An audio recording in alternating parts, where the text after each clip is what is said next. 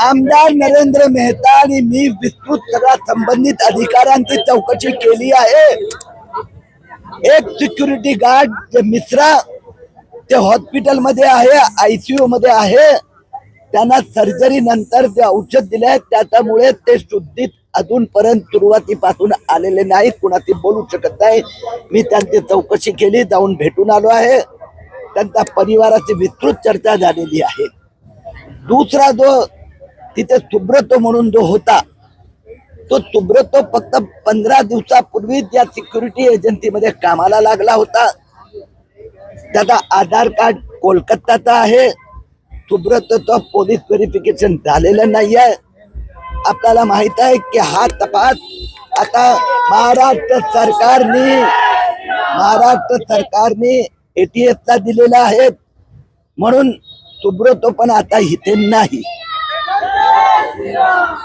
आम्ही जी माहिती घेतली याच्या आधारावर हे जिहादी फॅनेटिक मुस्लिम संस्था कोणतरी त्याच्या मागे टेरर ऑर्गनायझेशन आहे, त्यांचा हे कृत्य आहे।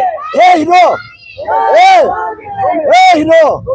जरा शांत बैठो जरा।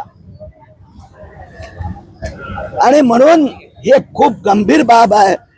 एक षडयंत्र हे आहे की नया नगर मधून सगळ्या हिंदूंना हाकलून काढावं, एक भीतीचं वातावरण तयार करावं, आणि त्यासाठी काँग्रेसचे काही नेते पण या अशा प्रकारच्या षडयंत्रामध्ये सहभागी आहेत, आणि ते देवेंद्र फडणवीस सरकार चालू देणार नाही। सर, पोलिसांनी काय तुम्हाला आता नेमकं आश्वासन दिलं आणि काय म्हणाले पोलीस या संदर्भात? काय झालं होतं, का घडलंय, कसा प्रकार घडलाय, काय सांगितलं? मारलं त्याला चाकू? मुद्दा असा आहे की जो आरोपी आहेत त्याचा बॅकग्राऊंड संशयास्पद आहे, आणि म्हणूनच ATS तपास त्यांच्याकडे घेतलेला आहे। भयंकर सुशिक्षित, लहानपणीच अमेरिकेत गेलेला, तिथे त्याचं BSc हायर लेवलचं शिक्षण झालेलं आहे, एकटा इथे बायको सोबत राहतो, आणि म्हणून ह्या तपासात अति भीती वाटते की हे मुस्लिम फॅनेटिक टेररिस्ट प्रवृत्ती यात आहे।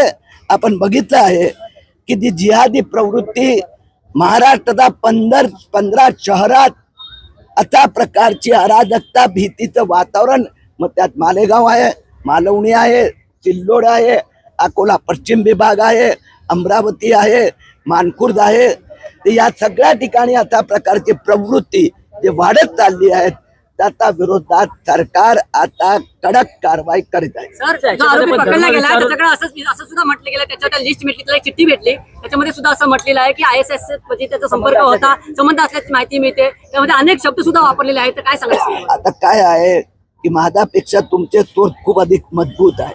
या स्थानिक पोलिसांनाही 24 तासात काय माहिती कळाली नाही आहे। ATS ने आता ताबा घेतलाय।